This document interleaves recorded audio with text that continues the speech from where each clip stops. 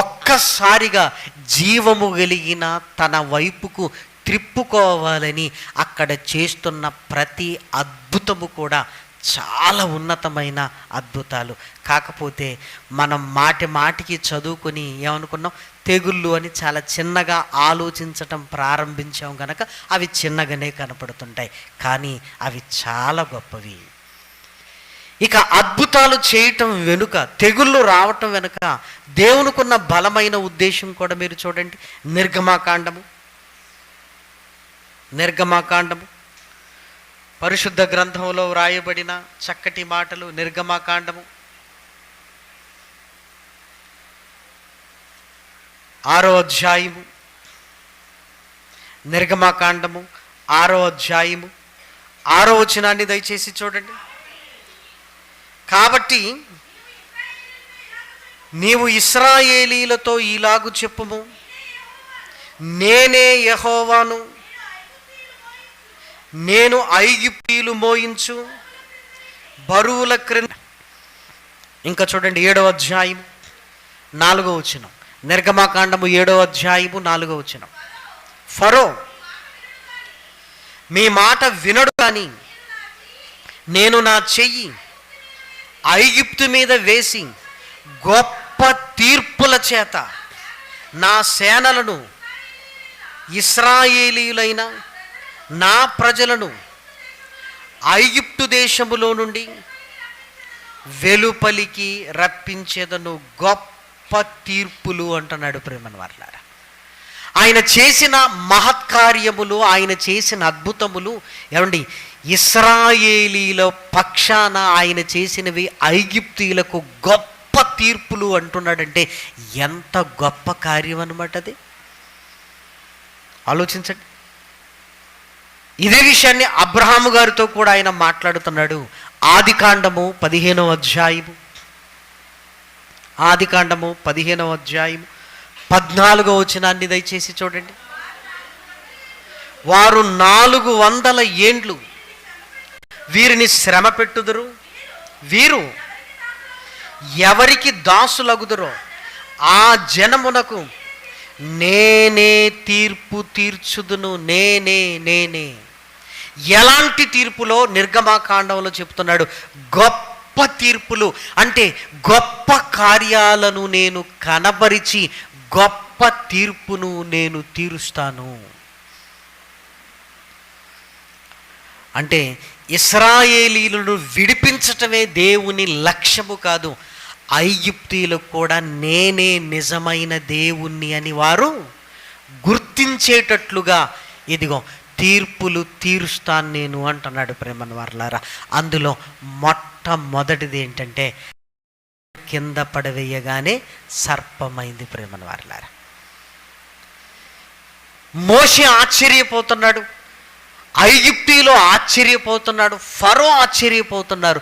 ఎందుకంటే సకల విద్యల పట్ల అవగాహన ఉంది కనుక ఆ కోణంలో వాళ్ళు ఆలోచించేసరికి అమ్మో ఇదేంటి కని విని ఎరుగనిది అని వాళ్ళు ఆశ్చర్యపోయారు ప్రేమన వారలారా. టెక్నాలజీ పెరిగిన ఈ కాలాలను మనం ఆలోచిస్తే ఏమనుకుంటామంటే కర్ర కింద పడవేయగానే సర్పమైంది, ఏముంది ఇది చాలా చిన్నదే కదా అనుకుంటాం. అది ఆ కాలంలో గొప్పది అనుకుంటాం. కానీ దేవుడు చేసిన కార్యాలు ప్రతి కాలములో అవి గొప్పగానే ఉంటాయి ప్రేమన వారలారా. మరి ఫరోకు ఏం కనెక్ట్ అయింది? ఐగుప్తులు దాన్ని చూడగానే ఎలా రియాక్ట్ అయ్యారు? మోషే గారు కూడా ఎందుకు అది కనపరచడానికి దేవుడు చెప్పగానే ఆశ్చర్యపోతున్నాడు, ఓకే అన్నట్లుగా ముందుకు వెళుతున్నాడని చాలా జాగ్రత్తగా ఆలోచించగలిగితే ప్రేమన వారలారా, కర్ర చెట్టు నుంచి తీయబడితే ఈ చెట్టు గురించి మనిషి రాసుకున్న శాస్త్రం పేరేంటండి? వృక్ష శాస్త్రం. సర్పాన్ని గురించి మనిషి రాసుకున్న శాస్త్రం పేరేంటండి? జంతు శాస్త్రం. ఐగుప్తీయులకు ఈ సకల విద్యలు, ఈ సకల చదువుల పట్ల అవగాహన అయితే వారికి ఉన్నది. వారి కళ్ళ ముందు జరిగింది ఏంటి అంటే శాస్త్రాలు తలకిందులైపోయాయి. సరిగ్గా చెప్పాలంటే వృక్ష శాస్త్రం ఏమైపోయిందంటే జంతు శాస్త్రం అయిపోయింది. మరలా జంతు శాస్త్రం ఏమైపోయింది? ఇది ఎంతసేపట్లో జరిగింది? క్షణాలలో. వాళ్ళు సంవత్సరాలు చదువుకున్న చదువులు క్షణాలలో ఏమైపోయాయి? రివర్స్ అయిపోయాయండి. ఫరో ఆశ్చర్యపోతున్నాడు. అంటే ఏంటి అసలు ఇదంతా? ఏంటి? వేరు శాస్త్రాలుగా మేము చూసాం, కానీ ఒక శాస్త్రం నుంచి ఇంకొక శాస్త్రంగా మారిపోతున్నది ఏంటి? ఏంటి ఏంటి? ఇప్పుడు ఆలోచించిన అది ఎలా కనపడుతుంది చెప్పండి? ఇప్పుడు ఆలోచించిన దేవుడు చేసిన అద్భుతం మహత్కార్యంగానే ఉంది. చూడండి, మనిషి చేసినవి తర్వాత కాలాలలో ఏముందిలే అనిపించవచ్చు, కానీ దేవుడు చేసిన కార్యాలు ఎప్పటికీ గొప్పగానే ఉంటాయి. ప్రేమ దేవుని పిల్లలారా, ఎప్పటికీ గొప్పగానే ఉంటాయి. వాళ్ళకి ఏం అర్థం కాని పరిస్థితి ప్రేమను వారలారా. అలాని దేవుడు చేసిన అద్భుతాలన్నీ వాళ్ళకు దేనికి కనెక్ట్ అవుతున్నాయంటే వారి నమ్మకాలకు కనెక్ట్ అవుతున్నాయి. వారి నమ్మకాలకు. తొలి పలుకుల్లో మనం విన్నట్టు సంతానం కొరకు ఓ నమ్మకం ఉండేది వాళ్ళకి, వర్షం ఉండేది, తెగుళ్ళ కొరకు ఒక నమ్మకం ఉండేది కదా, పాడి పంటల కొరకు వారికి ఒక నమ్మకం ఉండేది, రాత్రి పగలుల కొరకు ఒక నమ్మకం ఉండేది. ఐగుప్తీయులకు నేను తీర్పు తీరుస్తాను అని ఎందుకంటున్నాడు అంటే వారి నమ్మకాలన్నీ తప్పు అని, నేనే నిజమైన దేవుణ్ణి అని కనపరిచి నా పిల్లల్ని తీసుకొని వెళతాను అంటున్నాడు. బానిసలుగా అక్కడికి వెళ్ళిన తర్వాత మారిపోతే దేవుడు ఎంత ఆర్భాటంగా తీసుకుని వెళుతున్నాడంటే తన మహిమను వెల్లడిపరిచి కాదనలేని స్థితిలో ఐగుప్తీయులే బంగారాన్నిచ్చి పంపే అంతగా దేవుడు తీసుకుని వెళుతున్నాడంటే మీరు ఆలోచించండి. ఇది ఎవరైనా ఊహించగలిగారా? ఇశ్రాయేలీలే నమ్మలేని స్థితి. ఐగుప్తీయులు ఏమనుకునేవారు? మేము పంపితే కదా మీరు వెళ్ళేది, మేము పంపాలి కదా.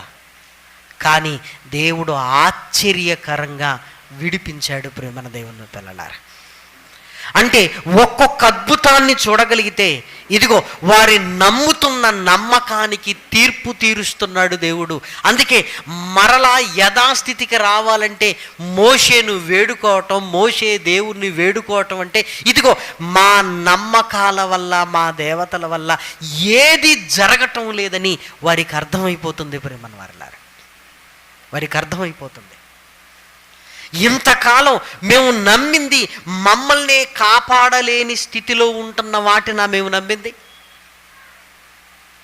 ఇప్పటి వరకు ఇదిగో జీవము కలిగిన దేవుణ్ణి నమ్మామనుకున్న వాళ్ళే మాకు బానిసలుగా ఉండేసరికి మా నమ్మకాలు గొప్పవి అనుకున్నాం. కానీ మా నమ్మకాలన్నీ వమ్మైపోయాయని ఐగుప్తీయులు గుర్తించడానికి ఎంతో కాలము పట్టలేదు ప్రేమన వారలారా. చూసారా? కాదనలేని స్థితిలోనికి వెళ్ళిపోయారంటే మీరు ఆలోచించండి. కాదనలేని స్థితిలోనికి వెళ్ళిపోయారు. ఒక అద్భుతాన్ని గురించి కాసేపు ఆలోచించగలిగితే ఇప్పటికీ అద్భుతంగా ఉంది, మహత్కార్యముగా ఉంది అన్నట్లుగా మనకు అర్థమవుతుంటే ఒక్కొక్క అద్భుతాన్ని ఆలోచించగలిగితే ఇప్పటికీ శాస్త్ర ప్రపంచానికి ఎరుగని అద్భుతాలే జరిగాయి ప్రియమైన దేవుని పిల్లలారా. ఎందుకంటే వృక్ష శాస్త్రము జంతు శాస్త్రంగా మారటం ఏంటి, జంతు శాస్త్రము వృక్ష శాస్త్రంగా వాని కళ్ళ ముందు మారిపోవటం ఏంటి? ఏదో ట్రై చేద్దామని ఐగుప్తీయుల మంత్రగాళ్ళను పిలిచాడు, కానీ వర్కౌట్ అవ్వలేదు ప్రేమన దేవుని పిల్లలారా. చివరికి వాళ్ళు సృష్టించిన ఏమైపోయాయి కూడా తెలియదు. మీరు ఆలోచించండి. దేవుని శక్తి సామర్థ్యం ఇదేనా? కర్రను పాముగా చేయటం, సర్పముగా చేయటం, సర్పాన్ని కర్రగా చేయటం ఆయన శక్తి సామర్థ్యం ఇదేనా? లేదు. ఆయన శక్తి సామర్థ్యం కేవలం ఇది కాదు. ఈరోజు చెబుతున్నాడు ఏమనంటే రాతి గుండెను తీసివేసి మాంసపు గుండెనిస్తాను అంటున్నాడు. రాయి వేరు, మాంసము వేరు ప్రేమన వారలారా. రాయి వేరు, మాంసం వేరు. ఈ రెండింటికి ఏమైనా సంబంధం ఉందా? ఈ రెండింటికి సంబంధము లేదు. కానీ ఇదిగో రాతి గుండెను మాంసపు గుండెగా నేను మారుస్తాను అంటున్నాడు. అసలు రాతి గుండె ఎలా రాతి గుండెగా మారిపోయింది, ఎలా మాంసపు గుండెగా ఆయన మార్చబోతున్నాడు అని ఆలోచించగలిగితే ఇశ్రాయేలీలు చేసినవన్నీ మర్చిపోయారు ప్రేమల వారలారా. దేవుడు చేసిన మేలులు ఎప్పుడైతే మరిచిపోతామో, ఎప్పుడైతే ఆయనకు కృతజ్ఞతాస్తుతులు చెల్లించకుండా మన జీవితంలో ఉంటామో, ఎప్పుడైతే ఆయన చేసిన ఆలోచనలు, ఆయన చేసిన కార్యాలను మనం మాట్లాడకుండా ఊరకుండా ఉంటామో, నెమ్మదిగా ఏమైపోతుందంటే అవి మన హృదయములో నుంచి చెరపబడతాయి ప్రేమల వారలారా, చెరపబడతాయి. ఇశ్రాయేలీయులు కూడా ఐగుప్తు దేశానికి వెళ్ళిన తరువాత పరిస్థితులు బాగున్నాయి. క్రమక్రమంగా యోసేపును ఎరుగని రాజులు వచ్చిన తర్వాత దేవుణ్ణి ఆనుకోవటం నెమ్మదిగా ప్రారంభమైంది. ఎప్పుడైతే కానానుకు వచ్చారో మా పరిస్థితులు బాగున్నాయి కదని అవన్నీ మరిచిపోయారు. మరిచిపోయినవి చిన్నవి కాదు ప్రేమన వారలారా. ఏదో చిన్న విషయాలు మరిచిపోయారంటే కాదు, ఇంకా మనం ఆలోచించగలిగితే అరణ్యంలోనే మరిచిపోయిన దాఖలాలు మనకు కనపడుతుంటాయి. అరణ్యంలోనే మరిచిపోయారంటే కానాను దేశానికి వచ్చిన తర్వాత అంటే వర్తమానాన్ని భవిష్యత్తును ఆలోచించుకుంటున్న వాళ్ళు గతాన్ని మర్చిపోయారు. అంటే దేవుడు చేసిన మేలులు ఎప్పుడైతే మనిషి మర్చిపోతాడో, దేవుని కార్యాలను ఎప్పుడైతే మనిషి ఇదిగో తన హృదయములో నుంచి తొలగించుకుంటాడో, కళ్ళ ముందున్న లోకపు అలవాట్లు, వర్తమానములో ఉంటున్న పరిస్థితులు మన హృదయములోనికి వచ్చి ఏమైపోతాయో తెలుసా? మన హృదయము రాతి గుండెగా మారిపోతుంది ప్రేమల వారలారా, రాతి గుండెగా. ఈ సమ్మర్లో నీళ్ళు ఎక్కువ తాగండి అని డాక్టర్లు చెప్తుంటారు. ఒకవేళ తాగకపోతే ఎలా అవుతాయండి? తాగకపోతే ఏమవుతుందండి? కిడ్నీలు 2 దెబ్బతింటాయి. ఆ దెబ్బతిన్న కిడ్నీలు ఎప్పుడైనా చూసారా మీరు? రాళ్ళలా మారిపోతాయండి. ఆరోగ్యకరమైన కిడ్నీలు ఎలా ఉంటాయంటే ముట్టుకుంటే మాంసంలా ఉంటాయి. అవి పూర్తిగా పాడైపోయినవి ఎలా ఉంటాయంటే రాళ్ళలా మారిపోతాయి ప్రేమల వారలారా. మనం నీళ్ళకు బదులు ఎక్కువగా కూల్ డ్రింక్స్ తాగుతుంటాం కదా, దానివల్ల కొత్త రోగం అనేది ఇప్పుడు అందరికి వస్తుంది. పిల్లలకు కూడా ఫ్యాటీ లివర్ అని వస్తుంది.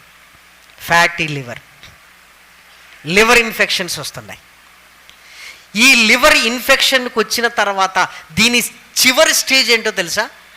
మెత్తగా మాంసములా ఉండవలసిన లివర్ కాస్త ఏమైపోద్ది?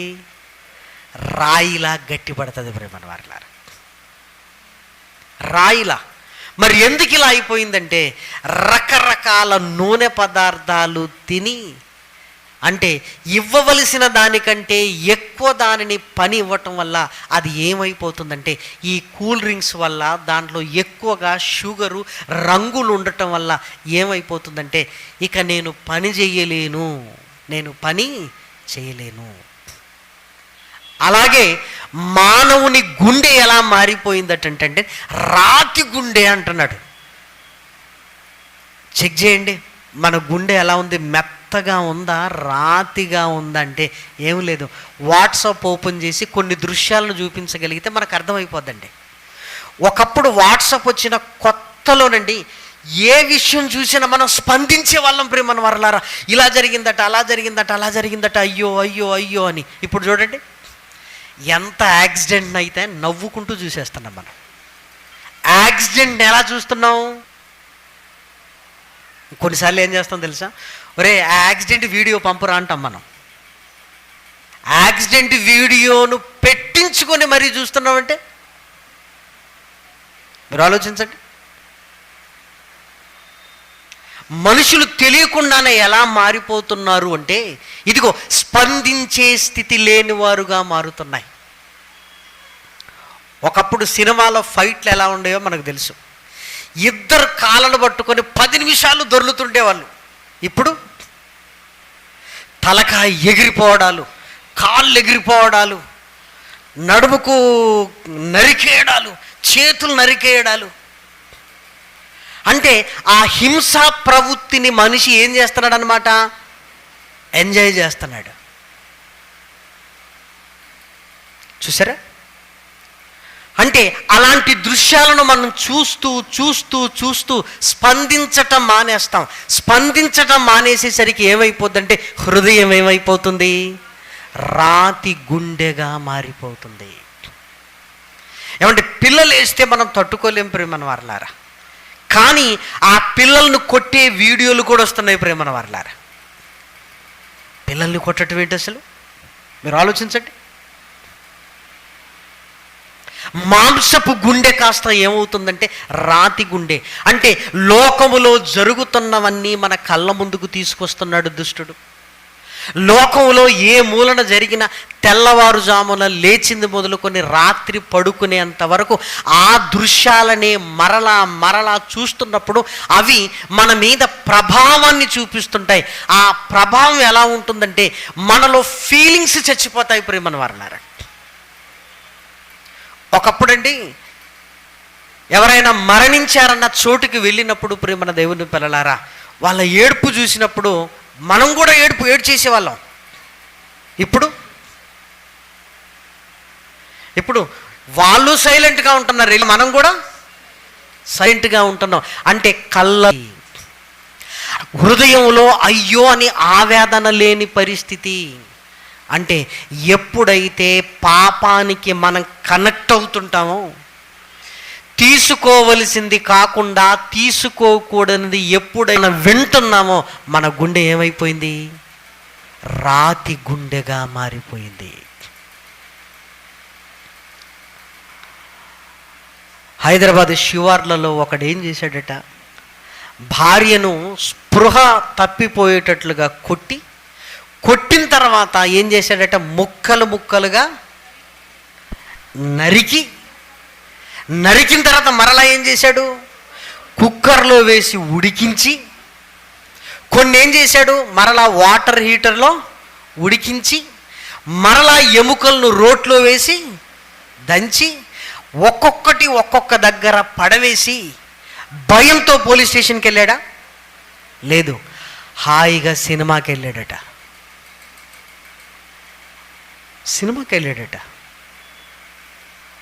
మీరు ఆలోచించండి. ఇదంతా చేయడానికి వాడికి 8 గంటల సమయం పట్టిందట.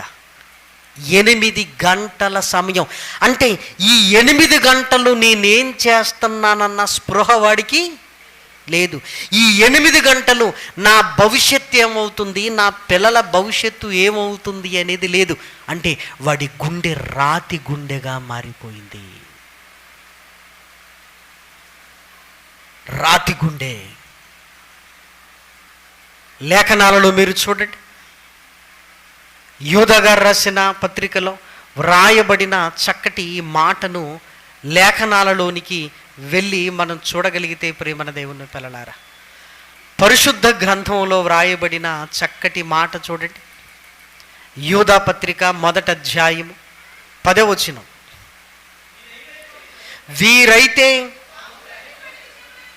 తాము గ్రహింపని విషయములను గూర్చి దూషించువారై వివేక శూన్యములకు మృగముల వలె వేటిని స్వాభావికముగా ఎరుగుదురో వాటి వలన తమ్మును తాము నాశనము చేసుకొనుచున్నారు. మృగముల వలె అన్నాడు. మృగముల వలె. ఏమంటే మృగం ఆ లక్షణాలు ఉండటం తప్పు కాదు, కానీ ఆ రాతి గుండె ఇదిగో మృగముతో పోలుస్తున్నాడు అని మృగముతో పోలుస్తున్నాడు. అంటే మనిషికి స్పందించేది లేదు ప్రేమన వారలారా. ఒక మృగపు లక్షణాలు మృగానికి ఉండటంలో తప్పు లేదు. కానీ మనిషికి ఎప్పుడైతే ఆ రాతి గుండె వచ్చిందో ఒక మృగములా మారిపోయాడు. ప్రేమన దేవుని పిల్లలారా, అంటే ఎంత ప్రమాదకరమైన పరిస్థితుల మధ్య మనిషి జీవితం కొనసాగుతుంది చూడండి. అంటే పాపం మనిషి జీవితానికి ఎంత ప్రమాదకరమైనది, ఎంత ప్రమాదకరమైనది. దేవుడేమో తాను చేసిన మేలులను జ్ఞాపకం చేసుకోండి అన్నాడు. దేవుడేమో తన లేఖనాలను మన కళ్ళ ముందు పెట్టాడు. దేవుడేమో తన కొరకు మనం బ్రతకాలని ఆశపడుతూ ఆయన ఆరాటపడుతున్నాడు. కానీ వాక్యము ఎంత విస్తరించిన ఈ కాలాలలో మనిషి వాక్యాన్ని తృణీకరిస్తున్నాడు అంటే దాని అర్థం ఏంటో తెలుసా? మనిషి గుండె రాతి గుండెగా మారిపోయింది. ప్రేమల వారిలా, రాతి గుండె. చిన్న గొడవ మనం మాట్లాడుకునే మాటలు పెద్ద పెద్దగా ఉంటాయి. చిన్నది విషయం చిన్నది, కానీ మన మాటలు ఎలా ఉంటాయో తెలుసా? చంపుతాను, చస్తాను అని మాట్లాడుతుంటాం ప్రేమల వారిలా. ఎంత పెద్ద పెద్ద మాటలు. తప్పును సమర్థించేవారుగా మనం ఉంటాం. ఎవరు చేయటం లేదండి తప్పు ఈ కాలంలో, ఎవరు చేయటం లేదు. తప్పును సమర్థించే వాళ్ళుగా మారిపోతుంటాం ప్రేమన వారలారా. ఏ గుండెలోనైతే వాక్యము ఉంచాలి అని దేవుడు కోరుకున్నాడో, ఏమండి, వాక్యము వెళ్ళని స్థితిగా మనిషి మారిపోయాడు ప్రేమన వారలారా. అయినా దేవుడు తన స్వరూపము తన పోలిక చొప్ప ఉండాలి అని మనిషిని కోరుకుంటే, ఆది ఘటసర్పం మృగమైన వాడు దుష్టుడు మనిషిని కూడా ఏం చేశాడు? తనలా మలిచేశాడు ప్రేమల వారలారా, తనలా మలిచేశాడు. అందుకే ఆ రాతి గుండెను నేను తీసివేస్తాను అంటున్నాడు. ఆ రాతి గుండెను తీసివేయటం అంటే అది చిన్న విషయం కాదు ప్రేమల వారలారా. గుండె తీసి గుండె పెట్టడమే కష్టం. ఆ రాతి గుండెను తీసి మాంసపు గుండెగా మరలా మారాలి అంటే మీరు ఆలోచించండి.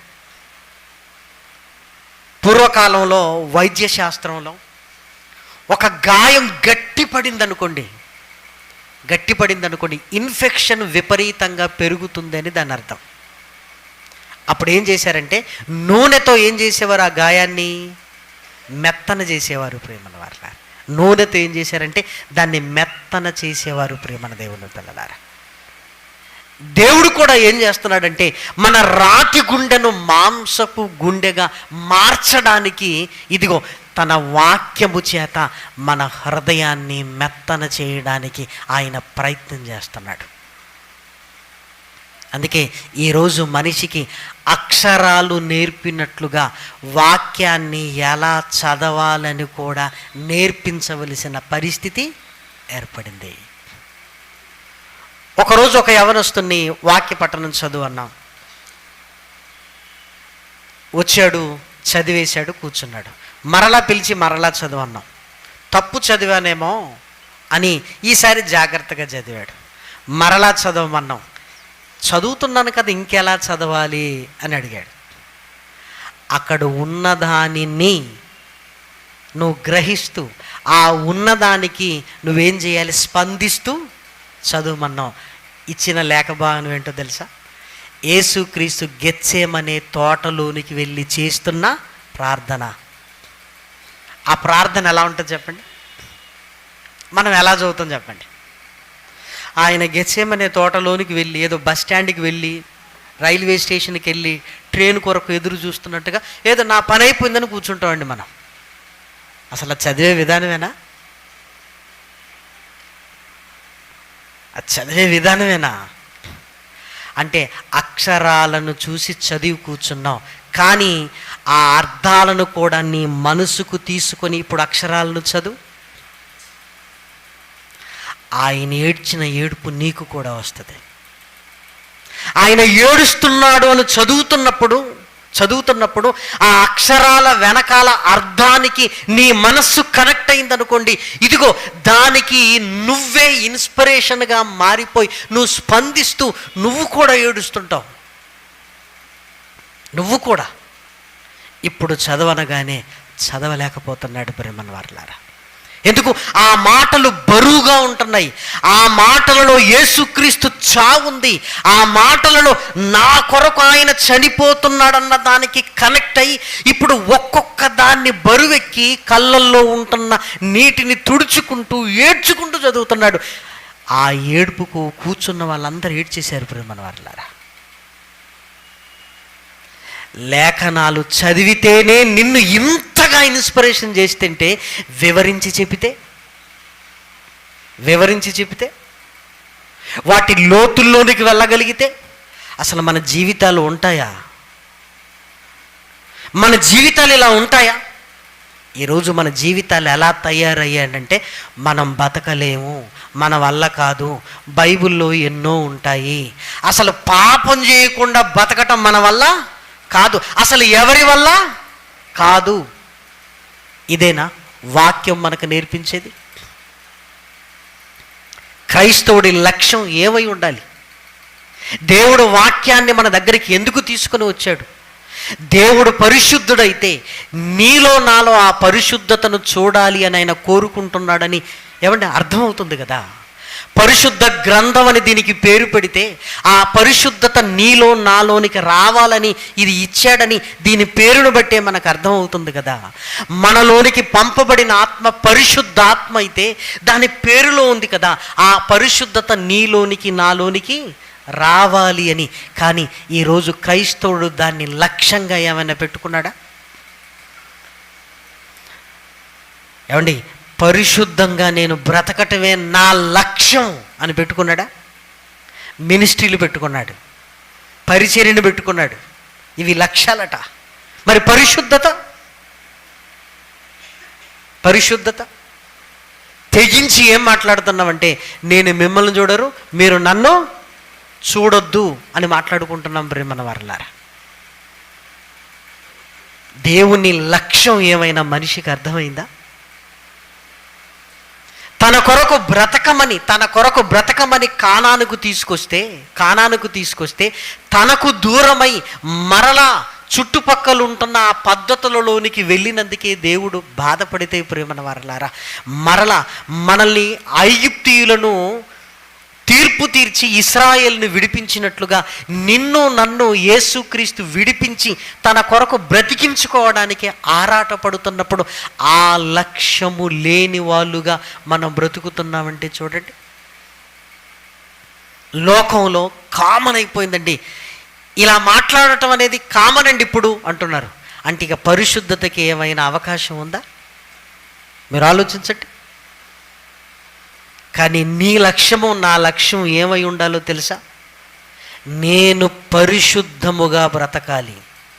ఆయన ఎప్పుడు నన్ను చూసినా నేను ఎలా కనిపించాలి? ఆయనకి నిర్దోషిగా కనిపించాలి. నేను నిర్దోషిగా కనిపించాలి. నిజంగా ఇది నీ లక్ష్యమై ఉందా? మీరు ఆలోచించండి. మిగిలినవన్నీ తరువాత, ముందు నా లక్ష్యం అనేది ఇది ప్రేమన దేవుని పిల్లలారా. ఒక ఆటగాడు నాకు డబ్బు రావాలి అని మైండ్లో పెట్టుకున్నాడు అనుకోండి, ఆట కూడా సరిగా ఆడలేదు, ఆట ఆడనప్పుడు ఏది రాదు? డబ్బులు రావు. వాడి మైండ్లో ఏముండాలి? నేను బాగా ఆడితే ఇవన్నీ ఆలోచించకపోయినా వస్తాయి. కానీ వీటిని మైండ్లో పెట్టుకుంటే, క్రైస్తవుడు కూడా నేను పరిశుద్ధంగా ఉండాలనుకుంటే మిగిలినవన్నీ జరిగిపోతుంటాయి ప్రేమన్న వారలారా. కానీ ఈ పరిశుద్ధతను మనం పక్కన పెట్టి మిగిలినవన్నీ జరగాలని కోరుకుంటుంటే ఎలా? మిగిలినవన్నీ జరగాలని కోరుకుంటాం. దేవుడు మాత్రం నాయన నువ్వు ఇలా ఉండాలి అని కోరుకుంటున్నాడు. ఇదిగో మనిషి రాతి గుండెగా మారిపోయింది అంటే మనిషిని మారలేని స్థితిలోనికి దుష్టుడు తీసుకుని వెళ్ళి, ఇదిగో నువ్వు నీ వల్ల కాదు అన్నట్లుగా ఆ స్థితిలోనికి నడిపించేశాడు ప్రేమన దేవుని పిల్లలారా. ఈరోజు సమాజంలో అలాంటి పరిస్థితి ఉంది. అందుకే వాక్యం విన్నప్పుడు స్పందన లేదు, వాక్యం విన్నప్పుడు ఆ సంతోషం లేదు, వాక్యంలో ఇంకా ఏమి రాయబడి ఉంది అని తెలుసుకోవాలన్న ఆరాటం ఈరోజు చాలామందిలో లేదు, చాలామందిలో లేదు. ఎందుకు లేదు అంటే రాతి గుండె, రాతి గుండె, రాతి గుండె. దేవుడు అంటున్నాడు, మీ సమస్య నాకు అర్థమైంది, నేను మాంసపు గుండెను నేను మీకు ఇస్తాను. నిజంగా దేవుడు ఎంత అద్భుతాన్ని చేయడానికి ఆయన సిద్ధపడ్డాడో చూసారా? ఎంత అద్భుతం! ఆయన ఎలా ఇవ్వబోతున్నాడు అని జాగ్రత్తగా ఆలోచించగలిగితే ప్రియమైన దేవుని పిల్లలారా, ఇదిగో ఈ రాతిని మాంసముగా ఆయన కన్వర్ట్ చేయబోతున్నాడు. ఎలా? లేఖనాల ద్వారా ప్రియమైన దేవుని పిల్లలారా. ఏ పాపం వల్ల గుండె రాతిగా మారిపోయిందో మరలా ఆ గుండెను మాంసపు గుండెగా మార్చి దైవత్వాన్ని మన హృదయాలలోనికి తీసుకొని రావటానికి ఆయన ప్రయత్నం చేస్తున్నాడు ప్రేమన వారలారా. దయచేసి చూడండి ఏమంటున్నాడు. యోహాను గారు రాసిన పత్రిక, యోహాను గారు రాసిన మొదటి పత్రిక, యోహాను గారు రాసిన మొదటి పత్రిక 2వ అధ్యాయము 14వ వచనం. చిన్నపిల్లలారా, మీరు తండ్రిని ఎరిగి ఉన్నారు గనుక మీకు వ్రాయిచున్నాను. తండ్రులారా, మీరు ఆది నుండి ఉన్నవానిని ఎరిగి ఉన్నారు గనుక మీకు వ్రాయిచున్నాను. యవనస్తులారా, మీరు బలవంతులు, దేవుని వాక్యమందు మీ అందు నిలుచుచున్నది, మీరు దుష్టుని జయించి ఉన్నారు. దేవుని వాక్యము మీ అందు నిలుచుచున్నది అంటే ఈ హృదయములోనికి మరలా ఏం చేస్తున్నాడు అంటే దేవుని వాక్యము చేత నిన్ను మెత్తన చేసి ఆ వాక్యాన్ని నీ హృదయములో పెట్టడానికి ఆయన ప్రయత్నం చేస్తున్నాడు ప్రేమన వారులారా. రక్తాన్ని అడ్డుకోవటానికి కొవ్వు ఎలా పెరిగినప్పుడు మరలా ఆ కొవ్వును తీసేసే ప్రయత్నాలు ఎలా మనం చేస్తామో, డాక్టర్లు ఎలా ఆ కొవ్వున్న ప్లేస్లో మరలా ఒక ఎక్విప్మెంట్ పెట్టి మరలా బ్లడ్ సర్క్యులేషన్స్ వెళ్ళడానికి ఎలా చేస్తారో, దేవుడు కూడా ఇదిగో మన హృదయములోనికి ఆయన వాక్యాన్ని పెట్టడానికి ప్రయత్నం చేస్తున్నాడు ప్రేమన వారిలాగా. ప్రయత్నం చేస్తున్నాడు. వాక్యము మీ యందు నిలిచి ఉంటే మీరు దుష్టుణ్ణి జయించి ఉన్నారు అన్నాడు. అంటే వాక్యము ఎప్పుడైతే మన హృదయములో నిలిచి ఉంటుందో, ఏమండి, దేవుడు అనుకున్న స్థితిలోనికి మన జీవితాలు వెళతాయి ప్రేమన వారిలారా. లోకంలో ఉన్నవన్నీ హృదయంలో ఉండేసరికి రాతి గుండెగా మారిపోయింది. దేవుని వాక్కులను మన హృదయంలో ఉంచుకోగలిగితే, ఆ వాక్కులను మన హృదయంలో ఇదిగో చొప్పించుకోగలిగితే ఈ వాక్యము నెమ్మదిగా విస్తరిస్తూ మెత్తన చేయబడుతూ ఏం జరుగుతుందంటే మాంసపు గుండెగా మారుతుంది. మన స్వభావమే మారిపోతుంది ప్రేమన దేవుని పిల్లలారా. వాక్యం అనగానే ఏదో మనకి ఇష్టమైనప్పుడు చదువుకునే పుస్తకం కాదు, నీ జీవితాన్ని మార్చుకోవడానికి చదువుకునే గ్రంథం ప్రేమన దేవుని పిల్లలారా. ఒకరోజు ఒక యవనస్తుడు శాశ్వత ప్రేమ టీవీ కార్యక్రమాన్ని విని ఫోన్ చేశాడు. అయ్యగారు, నేను ఈరోజు వాక్యం విన్నాను, దేవుడు నాతో మాట్లాడినట్టుగా అనిపించింది. వాక్యం విన్నప్పుడు భయం అవుతుంది, కానీ వాక్య ప్రకారంగా నేను బ్రతకలేకపోతున్నాను, మరలా నేను పాపములోనికి పడిపోతున్నాను. అలానే బ్రతకాలని నాకుంది.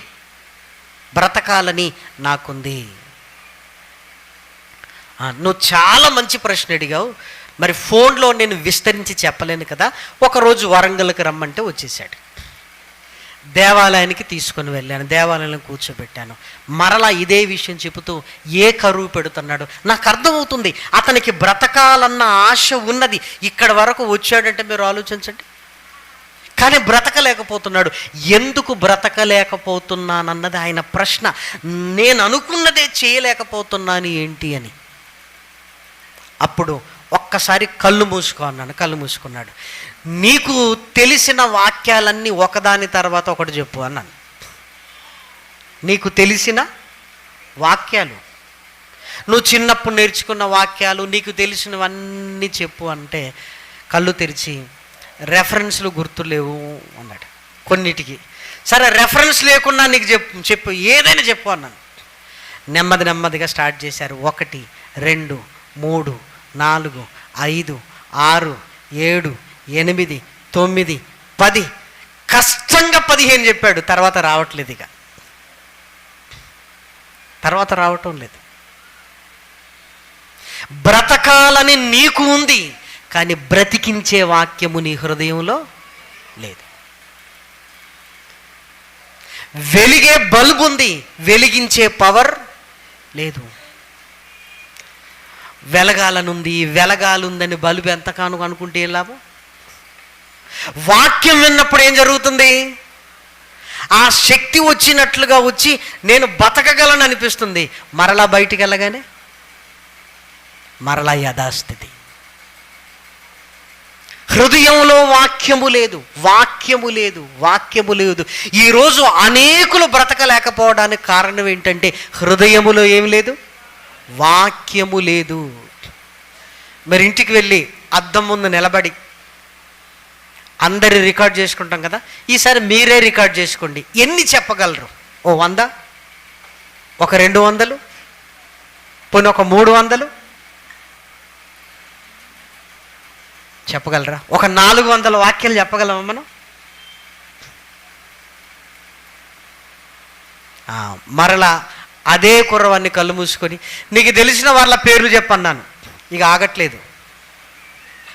నీకు తెలిసిన వాళ్ళ పేర్లు చెప్పు.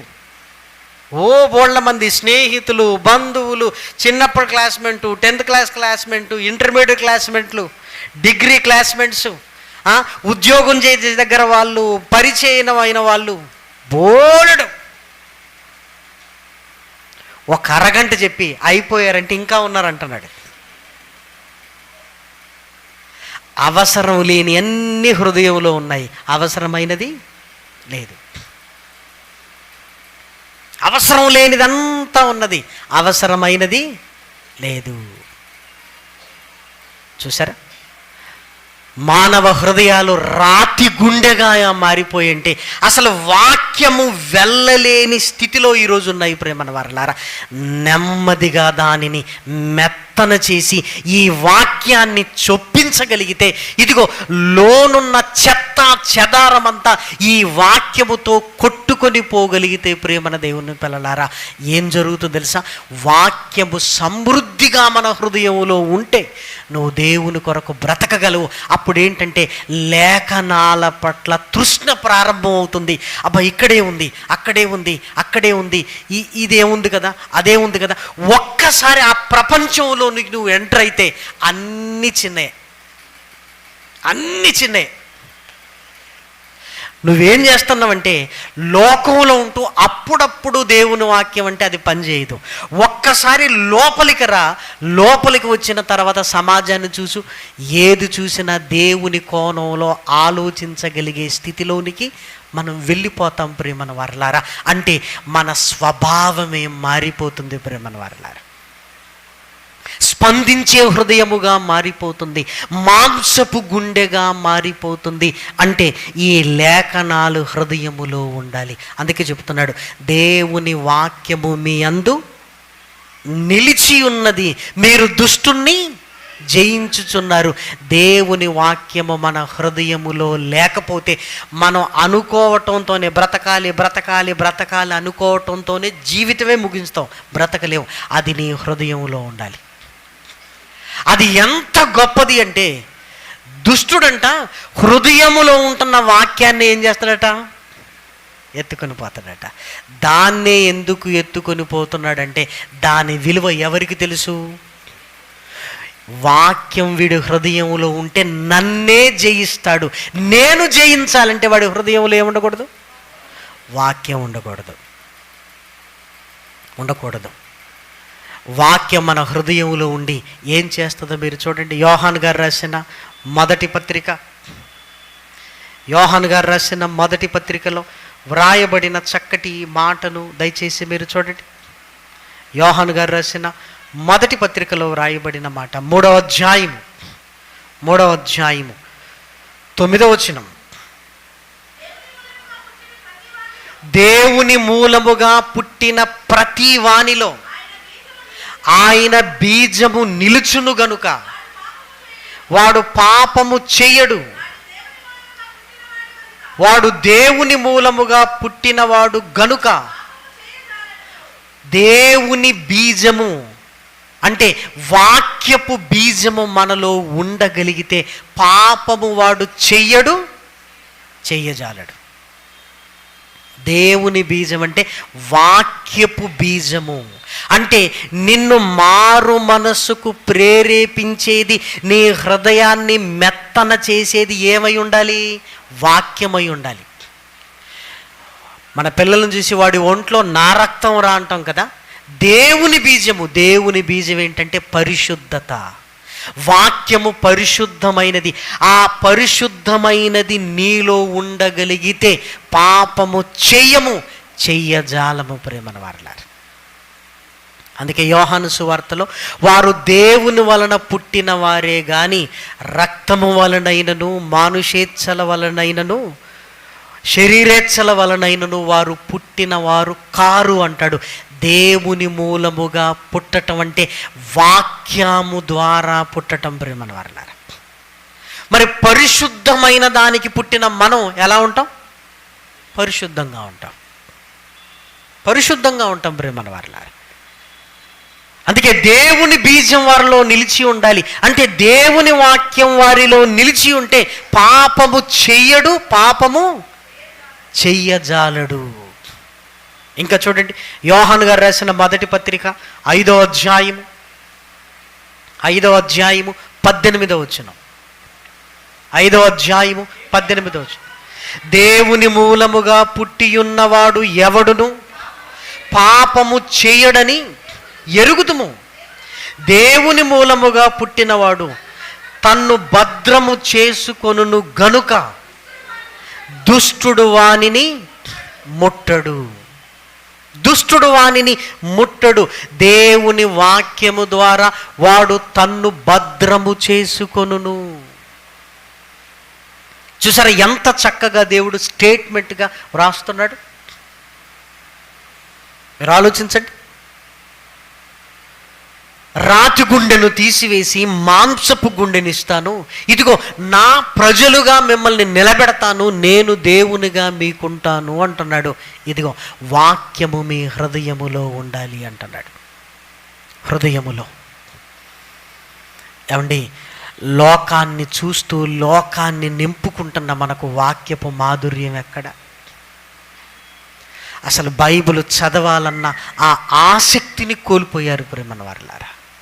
బైబిల్లో ఆలోచించాలి అన్న ఆసక్తిని కోల్పోయారు. ఏమండి, దేవుడు ఎవరి ద్వారానో నీతో మాట్లాడుతుంటేనే ఇంత మధురంగా ఉంటే, నీతోనే మాట్లాడితే ఆ అనుభూతిని నువ్వు పొందగలుగుతున్నావా?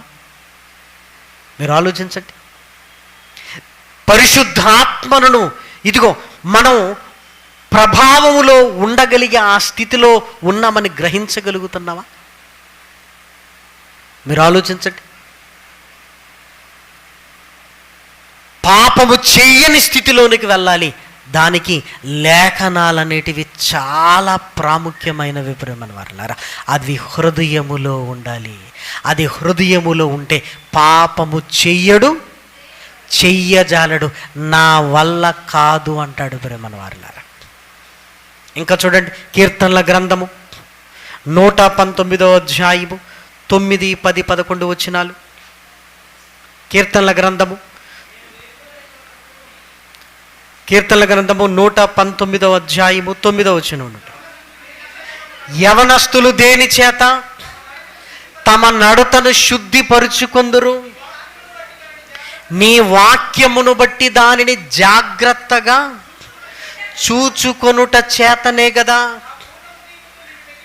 నా పూర్ణ హృదయముతో నిన్ను వెతికి ఉన్నాను. నన్ను నీ ఆజ్ఞలను విడిచి తిరుగనీయకుము.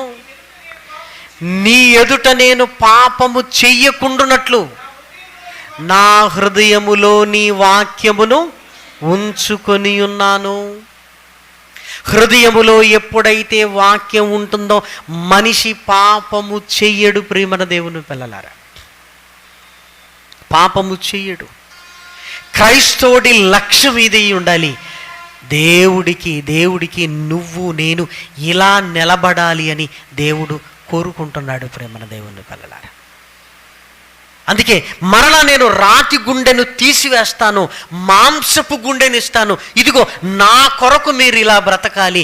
నేను మీకు తండ్రినయ్యు దేవుణ్ణయ్యుందును, మీరు నాకు పిల్లలయ్యుందురు అని మరలా తన పిల్లలమైన మనల్ని ఏం చేస్తున్నాడు అంటే, ఏమండి, మనల్ని మారు మనస్సు వైపుకు తీసుకుని వెళుతున్నాడు. మరలా రాతి గుండెలలో వాక్యాన్ని చొప్పించడానికి ప్రయత్నం చేస్తున్నాడు. ప్రేమన వారలారా,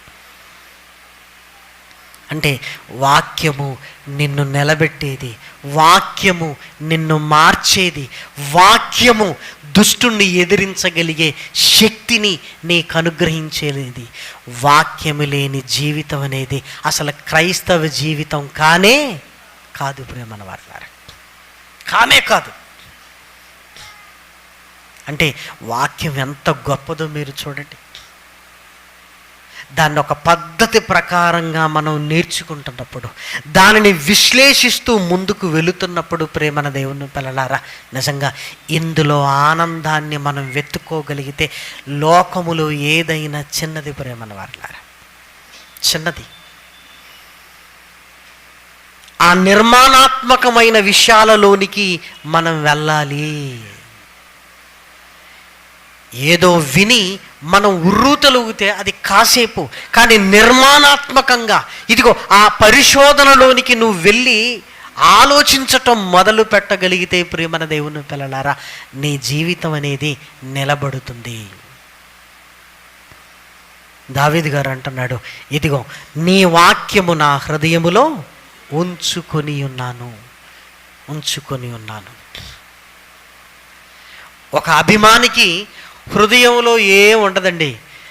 హీరో కనపడితే గోల చేయటం తప్ప ఏమీ రాదు వాడికి. మరి విశ్వాసికి హృదయంలో ఏముంటుంది? వాక్యం ఉంటుంది. బ్రహ్మను వారలారా, వాక్యము, ఆ వాక్యము నిన్ను నడిపించేస్తుంది. ఆ వాక్యము నీకు శక్తినిస్తుంది.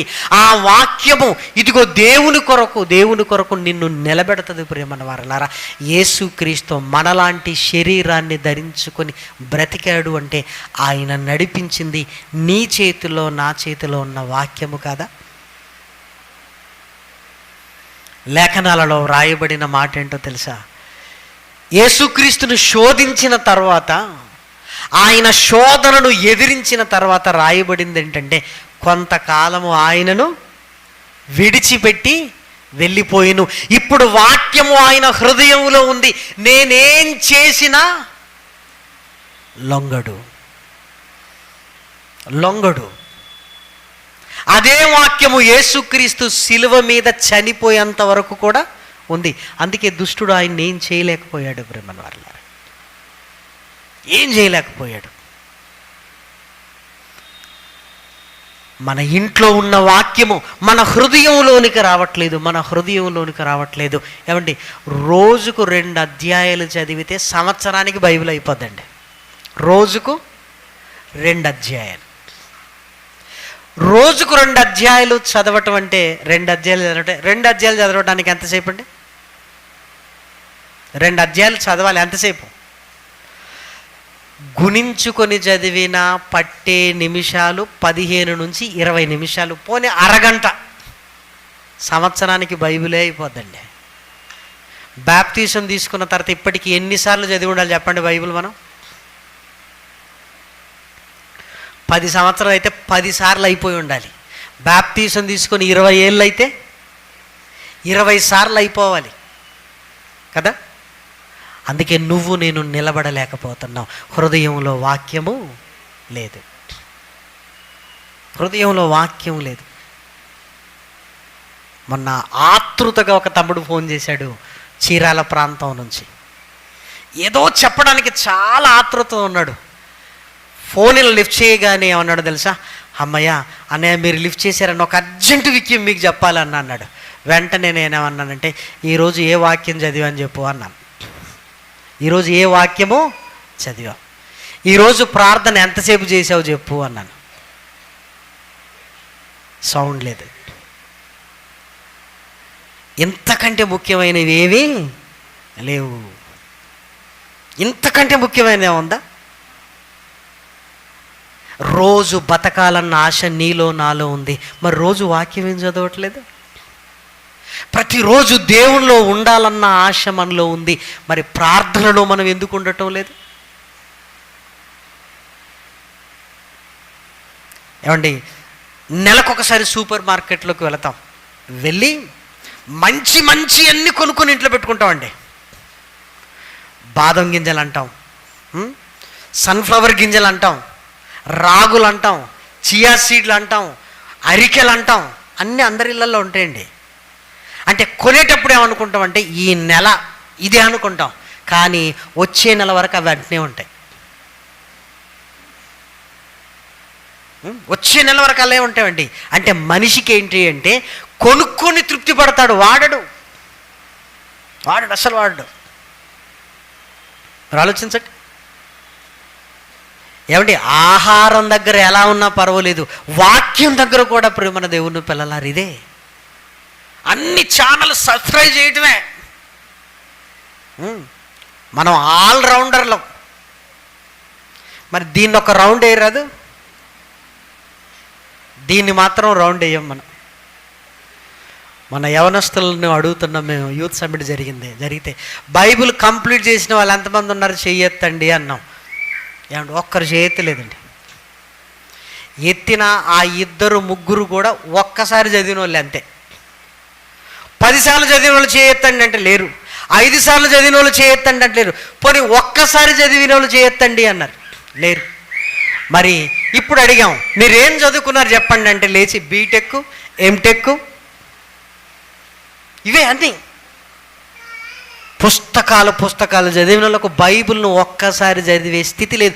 మేము బతకాలి, దేవుని కొరకు బ్రతకాలంటే నువ్వు అనుకోవటమే తప్ప నీ వల్ల కాదు. ఎందుకు? నీ హృదయంలో ఏమీ లేదు, వాక్యము లేదు.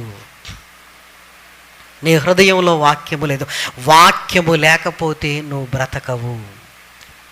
వాక్యం ఉంటే దాని గురించిన ఆలోచన, తెలుసుకోవాలన్న ఆరాటం, అసలు దీన్ని ఎలా అర్థం చేసుకోవాలి, దీన్ని ఎలా మేము అర్థం చేసుకోవాలని ఆ వెతుకులాటలో మనం ఉంటాం.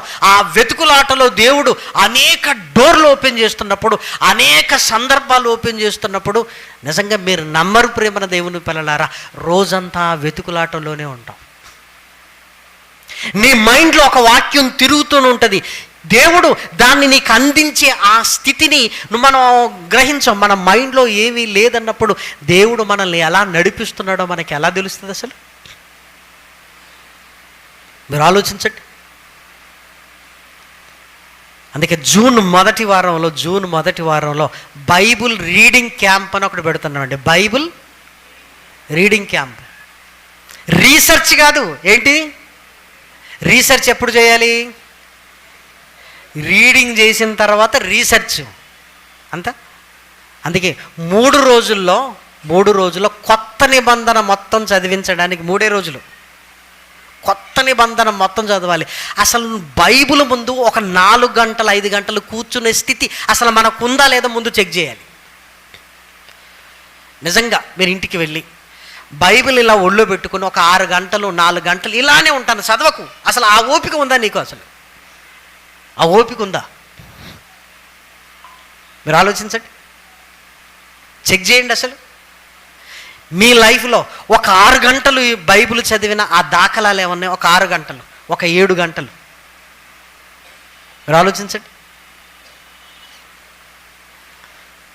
అవి మన జీవితంలో లేదు అంటే ఈ పాప ప్రపంచంలో దీన్ని కాదనుకొని దేవుని కొరకు బ్రతకగలిగే స్థితి మనకు లేదు ప్రియమైన దేవుని పిల్లలారా. ఎక్కడో చేసిన అద్భుతం గొప్పది అని ఈరోజు దేవా అనుకుంటున్నాం కదా, కానీ దేవుడు ఏం చేస్తున్నాడంటే, ఒరే నాయనా, వృక్షశాస్త్రం జంతుశాస్త్రం కాదురా, అది చాలా చిన్నది, ఇదిగో నీ గుండెనే మార్చేస్తానురా, నీకే చేస్తానురా అంటున్నాడు. ఎంతకంటే ఏం కావాలండి మనకి? ఎంతకంటే మనకేం కావాలి? మరి దయచేసి మీరు ఆలోచించండి. పేతురు వల వెయ్యంటే రాత్రంతా పట్టాం ప్రభువా అని, అయినను నీ మాట చొప్పున వల వేస్తా. అయినా లోబడ్డాడు, చేపలు విస్తారంగా పట్టాడు. వెంటనే అంటున్నాడు, ప్రభువా నేను పాపాత్ముణ్ణి, నన్ను విడిచిపెట్టి వెళ్ళిపో. ఏం జరిగింది ఇక్కడ? రాతి గుండె కాస్త మాంసపు గుండెగా కన్వర్ట్ అవుతుంది ప్రేమను వారు. ఈ సముద్రంలో ఎక్కడెక్కడ ఎన్ని చేపలు ఉన్నాయో నీకు తెలుసు ప్రభువా. ఈ సముద్రంలో ఉన్నవి తెలిసినప్పుడు నా హృదయ రహస్యాలు నీకు తెలియదా? ఈ చేపలను నాతో పట్టించావు ఇక్కడున్నవని, ఇదిగో నువ్వు నాకేం నేర్పించావంటే, పేతురు నీ హృదయంలో ఏమున్నాయో కూడా నాకు తెలుసు అనగానే తట్టుకోలేకపోయి వెంటనే అంటున్నాడు, ప్రభువా నేను పాపాత్ముణ్ణి, నన్ను విడిచిపెట్టి వెళ్ళిపో. చికిత్స జరిగింది ప్రేమన వారలారా. రాతి గుండె ఏమైపోయింది? మాంసపు గుండెగా. ఎప్పుడైతే నేను పాపిని అని మనిషి గ్రహిస్తాడో వాడి రాతి గుండె మాంసపు గుండెగా మారుతుంది. నూతన స్వభావములోనికి వాక్యము ద్వారా మనం వెళ్ళగలుగుతాం ప్రేమన దేవుని పిల్లలారా. మీరు ఆలోచించండి.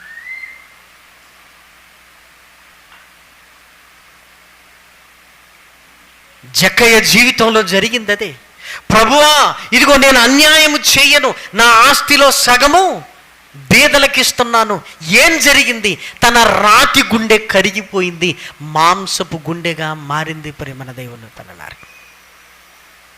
వాక్యము నీ హృదయంలోనికి వెళుతుందా? అసలు వాక్యము వెళ్ళలేనంత భయంకరులుగా మనం ఉండిపోయావా?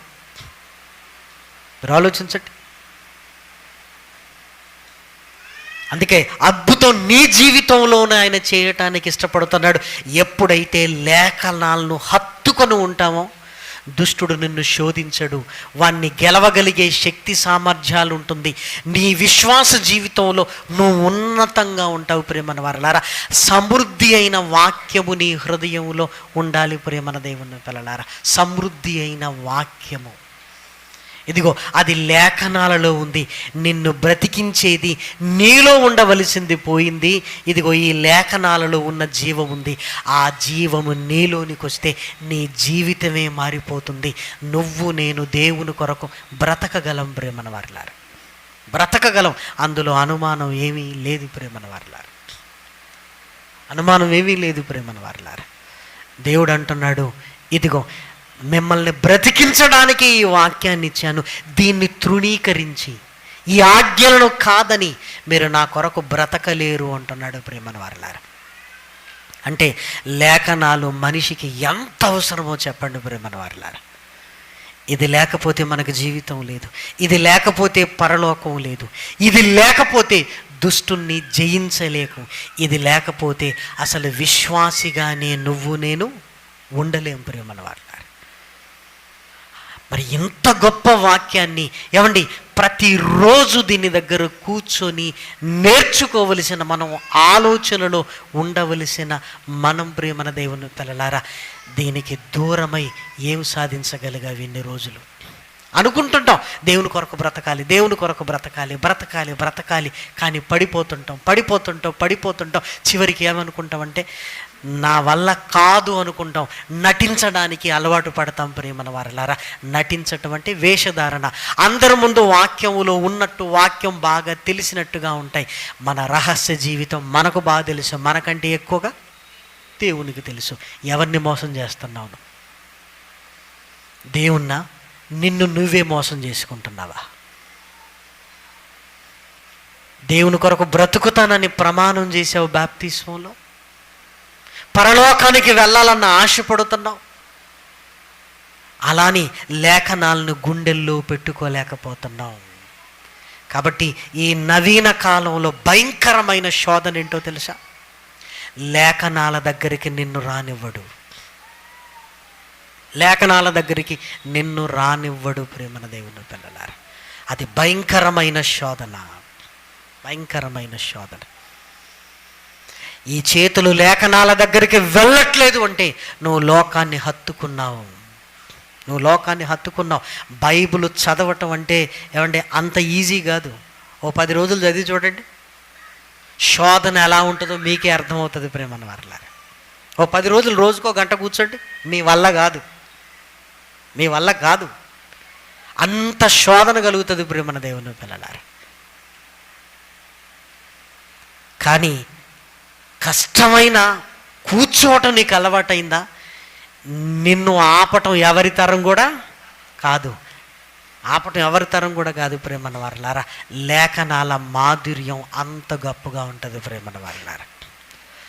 రాతి గుండె పౌలుది ఏమైపోయింది? మాంసపు గుండెగా మారిపోయింది. ఆయనలో లేని కరుణ, ప్రేమ, వాత్సల్యత అన్నీ స్పందించగలగటం, ఏడవటం, ఇవన్నీ వచ్చేసేయండి. ఏడుస్తుంటే చూసిన వాడు ఏడవటం మొదలుపెట్టాడు ప్రేమన్న వారలారా. దయలేని వాడు ఆయన హృదయములోనికి దయ వచ్చింది. ఎందుకు? యేసుక్రీస్తు శిలువ మీద చూడగానే ఆయన రాతి గుండె కాస్త ఏమైపోయింది? మాంసపు గుండెగా మారిపోయింది ప్రేమన్న వారలారా. ఆలోచించండి. లోకంలో చేసే ఆపరేషన్ల కంటే ఇది గొప్పది ప్రేమన దేవుని పిల్లలారా. నిజంగా ఆ మెత్తని హృదయం నీకుంటే ఈ లేఖనాలను హత్తుకొని మన జీవితాన్ని ముందుకు తీసుకొని వెళ్ళాలి ప్రేమన వారలారా. విచిత్రం ఏంటో చెప్పమంటారా? జక్కయ్య మారిపోయాడు. ఎలా మారిపోయాడో ఎవ్వరికి అర్థమో కాలేదు ప్రేమన్న వారలారా. మారడు అనుకున్నవాడు మారిపోయాడు. ఎందుకు? యేసుక్రీస్తును చూశాడు.